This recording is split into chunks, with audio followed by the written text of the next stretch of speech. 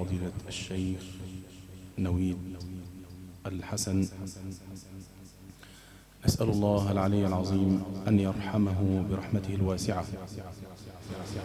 اللهم اجعل قبره روضة من رياض الجنة.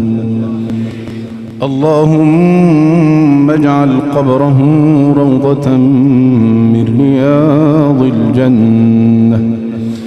اللهم أطعمه من طعام الجنة واسقه من شراب الجنة وألبسه من حلل الجنة وافتح له بابا إلى رحمتك والجنة.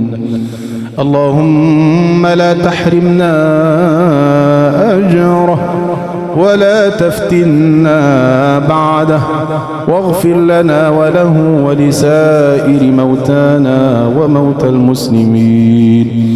اللهم أنزل على قبره الضياء والنور والفسحة والبهجة والسرور برحمتك يا عزيز يا غفور. اللهم شفع فيه القرآن، اللهم شفع فيه القرآن، وشفع فيه سيدنا محمد عليه الصلاة والسلام.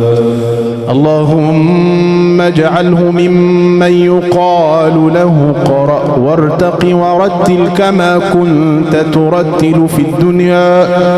اللهم أسكنه الفردوس الأعلى مع النبيين والصديقين والشهداء والصالحين وحسن أولئك رفيقا. ربنا اغفر لنا ولإخواننا الذين سبقونا بالإيمان ولا تجعل في قلوبنا غلا للذين آمنوا ربنا إنك رؤوف رحيم. سبحان ربك رب العزة عما يصفون وسلام على المرسلين والحمد لله رب العالمين.